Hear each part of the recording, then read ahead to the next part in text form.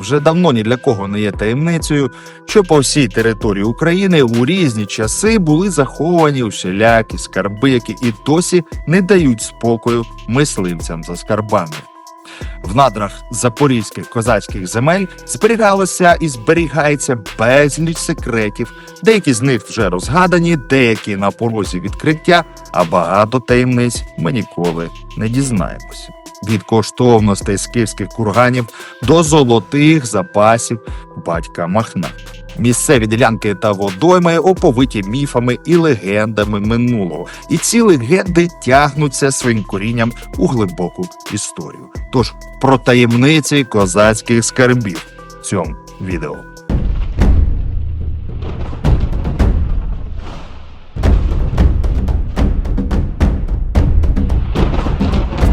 Хортицю справді можна назвати островом скарбів. Козаки постійно перебували в русі. Походи, напади, атаки та тимчасові переселення вимагали від козаків постійного переміщення. Однак обтяжувати себе трофейним золотом в таких походах було дурно.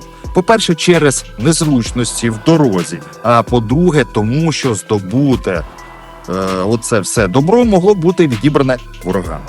Тому козаки часто використовували простий і ефективний спосіб виходу з цієї ситуації. Вони викопували або облаштовували тайники для зберігання своїх багатств.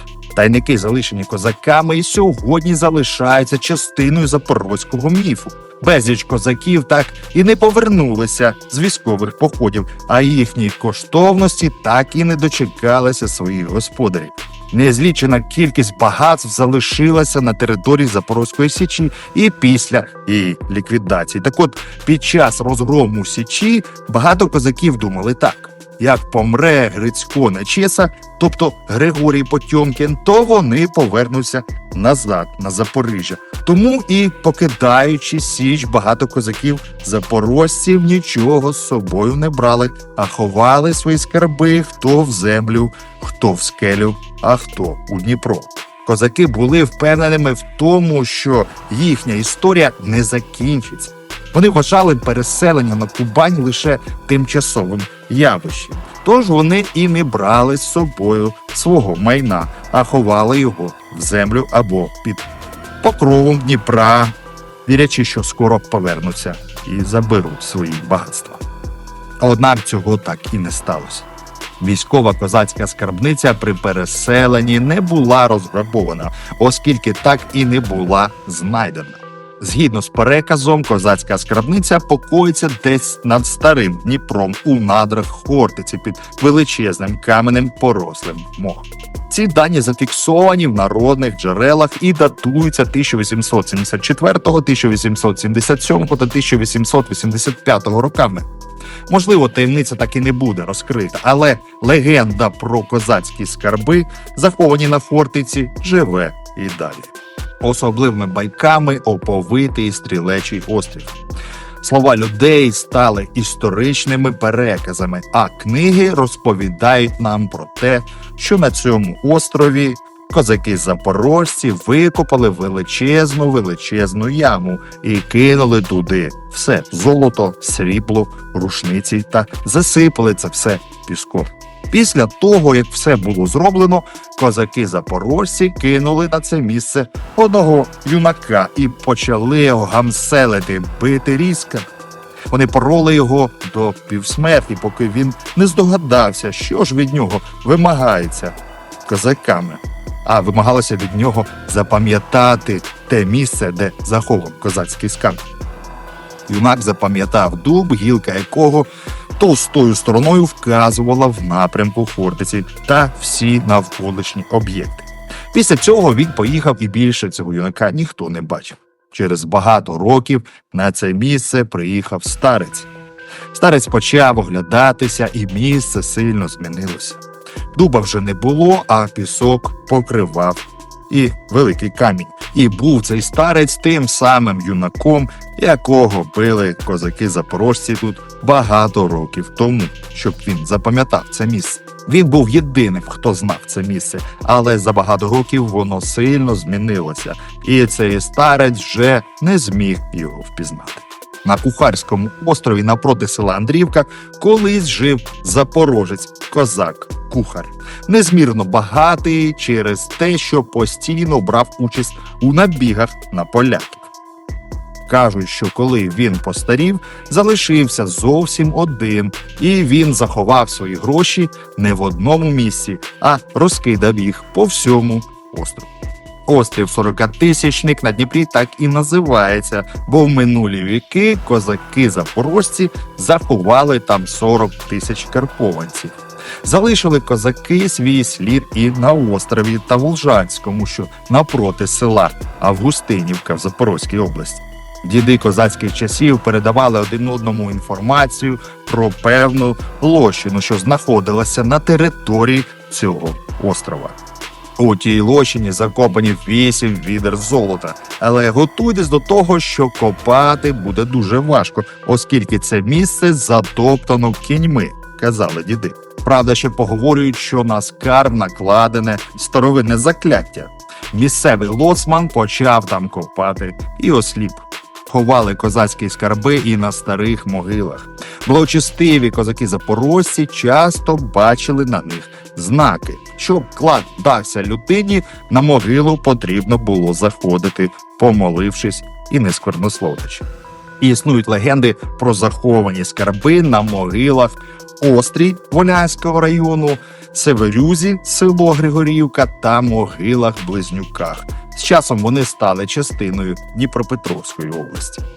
Серед старих козаків-запорожців поговарювали, що козацький скарб видає себе за допомогою сяйва та вогників, а охороняють його вовки. На початку ХХ століття в урочищі Сагайдачному знаходили монети з дорогоцінного металу та золоті хрести. Крім того, острів Хортиця іноді сам якби підкидував мандрівникам, шукачам дорогоцінні персні, пряжки, люльки та інші козацькі цінності тої козацької епохи. Щедрий на багатства був і Великий Луг. Одна з річок тут названа Скарбною, оскільки її води постійно виносили на берег всілякі скарби. Є також версія, що на території острова Хортиця в 972 році загинув великий князь Святослав Ігорович. Тут спочиває його прах і всі його скарби, що знаходилися при ньому в момент його смерті. До слова, Хортиця значно постраждала від рук шукачів скарбів. Саме їхніми руками було знищено безліч історичних цінностей. Причиною такого пильної уваги стали деякі перекази, що передавалися від покоління до покоління. Це легенди і міфи. Один з них – переказ про вогняного вершника. На острові є могила, вся обкладена каменем. На цьому місці ночами не раз бачили вогняну фігуру козака на коні. Очевидці пов'язували це з тим, що в місцях появи вогняного воїна захований скарб. На острові Чорної гори в Музичній Балці лежить козацький скарб з козацькими червонцями. Цей скарб похований прямо біля джерела, але старожили боялися його брати. Мова казала, що скарб проклятий. Старожили вірили, що через такі прокляті скарби проклята й вся земля на острові Хортиця. Є дуже цікава легенда про сторожів. В кінці 19 століття ходила чутка, що охоронці скарбів дуже підступні. Виходити на світ вони можуть лише раз на 40 років, а назад повертатися не хотіли, тому й шукали собі заміну. Люди розповідали один одному історію про те, як йшов по Хортиці жебрак. Раптом поруч із ним з'явився дух козака. Він попросив чоловіка не боятися. Він сказав, що проведе його до козацького скарбу. Жебрак засумнівався, але гроші взяли своє. Сторож повів його до відкритої козацької могили, де на дні лежали червонці. І він запропонував забрати, скільки йому потрібно. Лише жебрак спустився вниз, могила була раптово засипана землею. Старожили поговарювали, що людина, яка взяла прокляті гроші, і сама стане проклятою, і її рід припинить і своє існування. Так і сталося з рибалкою Ляшенком, який за одну мить став найбагатшим чоловіком Олександрівська. Переказ розповідає, що на цей скарб йому вказав сам диявол. Скарби гайдамаків сховані в землях Савутинської балки, а велетенську кількість багатства відібрали козаки-запорожці у поляків. Була погоня, але вони відірвалися від тої погоні. А коли Січ зруйнували, гайдамаки заховали свої скарби тут і подалися у турецьку сторону. Ще одна козацька скарбниця знаходиться біля Шанцевої балки на острові. Закопана вона була під Червоним Дубом. Історія була ця розказана в 1874 році, а от знайти дорогоцінності зараз практично неможливо, тому що і того дуба вже немає, а навколо відкритий степ. Хортицькі скарби – дуже цікава частина нашої історії. А от сучасні археологічні дослідження не можуть підтвердити ці легенди та історії. А от на початку 1900-х років біля Совутиної скелі випадково знайшли великий золотий хрест із рельєфним зображенням Христового розп'яття. Це була частина козацького скарба. Про знахідки знали, але мовчали. Як зізнався один 70-річний шукач скарбів на схилі вже своїх років, що за свого віку він знайшов 5 золотих козацьких монет та нікому про це не казав. Гроші та знахідки люди тихо продавали шинкарям. Дніпровські рибалки говорили, що на Хортиці та взагалі на землях Запорозької Січі скарби самі в руки просяться. Колись бувало, як підеш різними балками на острові, то чого тільки не побачиш, розповідали місцеві жителі. Там стирчить велика кістка від людської ноги, там біліють зуби разом із широкими щелепами, там із піску повискакували ребра, зарослі високою травою, а від часу і повітря ці ребра стали жовті, як віск. Захочеш, бувало, викопати яму, щоб щось зварити чи спекти, натрапиш на цвях або шматок заліза. Захочеш зірвати собі квітку, нахиляєшся, дивишся, людський череп, прогнилий із дірками. Потрібно тобі сховатися в печері, біжиш туди і натрапляєш на великий мідний казан чи череп'яну чашу або ще щось подібне. Один із шукачів козацьких скарбів розповідав досліднику козацтва Дмитру Яворницькому.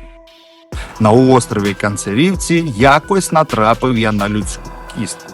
Почав копати і, прокопавши піввершина землі, побачив широку яму, а в ній 7 людських кістяків. На грудях кожного лежало по кілька невеликих мідних гудзиків, порожніх усередині. Було видно, що покійники були одягнені в якісні суконні каптани. Сукно тонке, пожовкле. Усі скелети збереглися дуже добре, особливо черепи. На одному лише помітив дірку від удару чимось гострим у голову. Окрім черепів і кісток, на місці колишньої Запорозької Січі знаходили безліч різних речей. Пістолі, кінжали, ножі, шаблі, рушниці, гармати, ядра, кулі, глечики, казани, графини, кухлі, пляшки, штофи, персні, кільця, пряжки, монети та козацькі люльки. А в Дніпрі біля острова в минулому столітті було знайдено 17 човнів і 2 великих кораблі – «Чайки». На одному з них стояла уціліла гармата, а в рештах іншого була знайдена козацька шабля з посрібленою рукояткою. Багато знахідок було в Дніпрі, а на самій Хортиці ще більше, згадував інший шукач скарбів. Якось я знайшов у палці великої вербової кривий кинджал, довгу рушницю та сталеву кольчугу. Все було покрите іржею. А одного разу я знайшов у балці куцов кілька монет. Одна з них була такою важкою, як 6 срібних рублів разом. А інші, наче рибяча луска, а треті такі ж, як п'ятачки.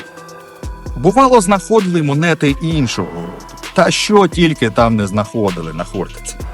Раніше на Хортиці можна було знайти всяку всячину. Тепер багато чого забрано людьми, а багато що винесено водою. І можна додати, що дуже багато змито рікою за минулі століття. Під дією паводкових вод частково змінилася берегова лінія Хортиці, а невеликий острів Дубовий просто змило. Археологічні дослідження Хортиці тривають і досі. У 1995 році під час підводних археологічних робіт біля острова Кенцерівського була знайдена козацька шабля-шамшир 16-го, початку 17 століття. Однак більша частина Хортиці досі залишається недослідженою. За переказами, особливо багатими на запорозькі скарби був Великий Луг. В численних балках і могилах Великого Лугу майже щорічно знаходили винесені весельними водами старовинні мідні і срібні гроші. Одна з річок Великого Лугу, що впадає в Дніпро, навіть носила назву Скарбної. Переказ розповідає, що біля Ігирла, біля Скарбної, де Стара Січ, є стрілиця, а в тій стрілиці схована вся запорозька казна. Ріка Скарбна справді пов'язана з козаками-запорожцями, про що свідчать реальні археологічні знахідки. У минулому столітті саме в її гірлі були знайдені 2 затоплені запорозькі чайки. Крім того, в околицях Запорозької Січі уздовж берегів Дніпра було розкидано безліч старовинних кладовищ козаків-запорожців. Багато з цих місць з часом були розорені для сільськогосподарських потреб. І часто на полях чи в дворах можна було зустріти старовинні каміння, хрести або надгробні плити. Наприклад, декілька таких могил були знайдені в селі Капулівка на річці Чертомли. Однією з найвідоміших могил козаків-запорожців є поховання Івана Сірка, кошового отамана війська Запорозького, який помер в 1680 році. Іван Сірко був похований знаменито 2 серпня з великою арматною та мушкетною стрільбою із великою жалобою від усього низового війська. А з могилою цього кошового отамана пов'язана історія про сідло отамана Сірка. Селянин Прусенко, житель Капулівки, копав яму під стовп. Раптом у землі щось засяяло. Копнувши ще кілька разів, селянин наткнувся на кінський скелет. На тому скелеті лежало напіврозкладене сідло, прикрашене блискучими гайками. Набравши собі багато цих гайок, Прусенко почав розглядати, що ж це таке, блищить наче золото, але чи золото це? Дай-ка піду в Нікополь до жидка Оськи. Він має знати, що це таке, золото чи мідь, подумав Прусенко. Насипавши ті гайки в старий рукав від жіночого плаття, Прусенко вирушив до Нікополя. Корчмар Оська, покрутивши в руках запропоновану йому гайку, спробувавши її на зуб і уважно вивчивши, запитав: «А чи багато в тебе таких гаєчок? Чи багато ти таких знайшов?» «Так, цілий рукав. Давай мені зараз їх всі сюди, зараз я піду до Іцика, він точно скаже, золото це чи мідь. А ти поки посидь у моїй корчмі замість мене за стійкою, а якщо хтось зайде, відпустиш йому горілки та і сам пригощайся». Прусенко охоче перейшов за стійку і, як тільки Оська вийшов із корчми, відразу ж напився. Пропивши безпробудно 3 дні, він нарешті отямився і згадав про Оську. Пішов до Іцика і запитав: «Чи був в тебе цей Оська?» «Давненько не був, та він майже й не заходить до мене. Ми знайомі з ним ледь-ледь». Оська зник разом з тими гайками. Кілька років по тому, кажуть, його бачили в Одесі. Тут тільки до чоловіка і стало дещо доходити, але шукай вітра в полі. Відправився Прусенко до себе в село. Дома в нього залишилося ще 2 гайки, і він вирішив показати їх управлінцю економікою в селі Покровську. «Так це ж чисте золото!» – вигукнув управлінець. «Хочеш, я дам тобі за ці 2 штуки пару найкращих волів?» «Ех!» – з досадою пробурчав чоловік і почухав свою потилицю. Мабуть, найвідоміша з легенд – це легенда про золотого коня, втопленого армією Нестора Махно в річці Конка. Здавалося б, такий нелогічний вчинок має під собою підстави. Анархісти будь-що хотіли залишити золото при собі і втопили його, щоб багатство не дісталося радянській владі. Кажуть, що річка і отримала назву Конка, бо на її дні схована фігура золотого коня, відлитого в повний зріст за наказом отамана. Скептики можуть стверджувати, що з багатьох причин не може це відповідати реальним подіям, але легенда продовжує жити і передається з покоління в покоління. І причому в різних версіях.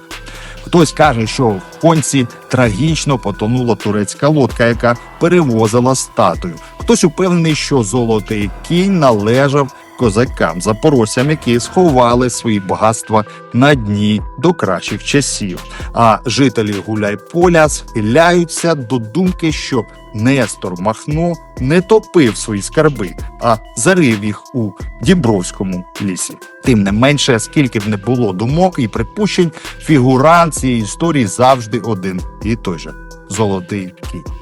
І раз про нього говорять, значить він був. Згідно з запорозькою історичною версією, історія про золотого коня та річку Конку звучить зовсім інакше. Про її води складено 2 легенди. За однією з версій, тут, на території Малої Катеринки, відбулися жорсткі бої запорозьких козаків з турками. Винищили козаки майже все турецьке військо, а одній турецькій групі все ж вдалося переправитися на інший берег і втекти. Козаки кинулися переслідувати втікачів, але вода в річці забарвилася в червоний колір від пролитої крові, і коні відмовилися заходити в неї. Тоді річку і прозвали Конкою. Інша історія говорить, що тут жив турецький хан, який грабував українських жителів. Він вирішив переправити все своє майно водами річки через Чорне море до Туреччини. У давні часи Конка була повноводною, і по її акваторії ходили кораблі. Але козаки розкрили ханський задум і влаштували засідку на берегах. Коли вони атакували корабель, хан вискочив на золотому коні прямо у воду. Довго спостерігали козаки-запорожці за поверхнею води, але ні хан, ні кінь так і не спливли. З того часу пішла чутка серед жителів, що на дні річки лежить золотий кінь з ханом-утопленцем. Дійсно, за Кучук-Канерджийським миром 1774 року кордони імперії перемістилися на південь до річок Конські води та Берда. Тому наша територія стала прикордонною. Тут розташовувалися фортеці Дніпровської лінії, тут були військові гарнізони, сюди тікали злочинці. Як і будь-яка прикордонна земля, це місце неспокійне. Тут переплітаються 2 протибічних світи – православний та мусульманський. Мабуть, саме тому в легендах постійно протиставляються козаки та татари. Останні виступають як охоронці фантастичних багатств. Основою для цього, можливо, стали більш давні перекази про багаті татарські міста Золотої Орди. А тепер перейдемо до скарбів Нестора Махна. Думки різних джерел сходяться на одному. Армія Нестора Махна заховала свої незчисленні запаси коштовностей у надрах Каховського водосховища. Акваторії на той момент ще не існувало, а от золото явно було. Махновці за результатами своїх набігів могли б дати фору навіть легендарному монголо-татарському югу. Лише з відділення Одеського державного казначейства армія анархістів вивезла 500 000 золотих рублів, кілька тонн срібла та 125 кілограмів золотих слитків з чистого золота. Згідно з історичними відомостями, які збереглися в радянській документації, безмежний скарб закопували в ніч на 28 серпня 1919 року. Нестор Махно дуже прагнув потрапити на ці землі, але на його шляху стояли чекісти, які полювали на отамана. Його сім'я також не могла отримати доступ до цих територій, оскільки перебувала під пильним постійним контролем НКВС. У 1955 році легендарні землі було затоплено водами штучного Каховського водосховища, яке покрило 90 сіл. Під водою опинилися також старі козацькі кладовища – Запорізький Луг, Козацька Чертомлинська Січ і легендарний скарб батька Махна. Але ж ви знаєте, що трапилося з Каховською ГЕС в наші часи. А тепер перейдемо про скарби Сагайдачного. Сам гетьман Петро Конашевич Сагайдачний був не лише один з найвідоміших правителів козацького війська, він був один з найзаможніших діячів свого часу. Дорогоцінності всього Стамбула та турецьких предміст перейшли у володіння Петра Сагайдачного. Проте, кому дісталася копилка великого гетьмана з його незліченими багатствами, історія замовчує. Досі цього з'ясувати не вдалося. Ще один скарб – це бібліотечне зібрання Ярослава Мудрого з рукописних книг з усього світу. Цей скарб просто не має цінності. Любов до читання призвела до того, що у Великого князя накопичилися неймовірні колекції. Після нападу татаро-монголів бібліотека зникла. Насправді факти її знищення не зафіксовано. Княжі книги його теж не вивозило. А куди поділася безцінна колекція до чи після нашестя – невідомо. Кажуть, що в цій справі замішані черниці, і найдавніші книги під строгим обітом мовчання зберігаються черницями в Київській лаврі в підземеллях. Так от і Іван Мазепа був багатий не тільки духовно, але й матеріально також. Проте ані основна частина його скарбів, ані численні нагороди та ордени досі не знайдені. Історики ламали голови, намагаючись відбудувати логічний зв'язок і хоч за щось зачепитися, однак їм це не вдалося. А от скарби українського гетьмана Павла Полуботка не давали спокою ані йому, ані нашим сучасникам, адже факт їхнього існування незаперечний. Павло Полуботко закінчив свої дні в тюремній камері за царським наказом. Після його смерті представники влади миттєво кинулися на конфіскацію майна, але передбачливий гетьман не збирався прощатися з нажитим скарбом навіть після відходу в інший світ. Влада не знайшла серед козацьких коштовностей абсолютно нічого. Думки щодо їхнього реального місцезаходження розходяться. Є версія, що легендарний скарб знаходиться в банку в Англії. Інша версія стверджує, що вони заховані у вигляді скарбів поблизу Глухова. Прихильники першої версії люблять стверджувати, що якби радянська влада не відмовилася від претензій на гетьманську спадщину, англійцям довелося б видавати кожному жителю України приблизно по 38 кілограмів золота. А ось щодо скіфських скарбів та скіфських могил. Ієрархія у скіфів дотримувалася надзвичайно чітко, тому скіфська знать була особливою кастою, що вимагала особливої пошани та предметів розкоші не лише за свого життя, а й під час поховання. Під час поховання знатної особи клали численні коштовності – пекторалі, персні, серги, зброю та інші вироби з дорогоцінних каменів і благородних металів. Подібними речами при розкопках був багатий курган Толста могила в Запоріжжі, але частина його до того часу вже була пограбована. Грабіжники Толстої могили не помітили поховання скіфської цариці. Її одяг був оздоблений цінними нашивками. Поруч лежали браслети, намисто та предмети туалету, а головним елементом якого стало незмінний спутник жінки – дзеркало. Скіфських поховань на території козацьких земель не злічити. Ще козаки розповідали один одному про поховання в степах Таврії.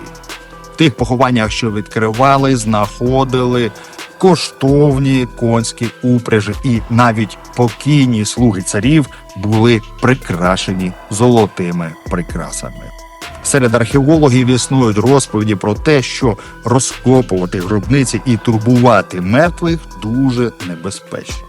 А підтвердженням цьому служать дуже багато жахливих історій про зниклих або вмерлих після розкопок гробниць членів експедиції.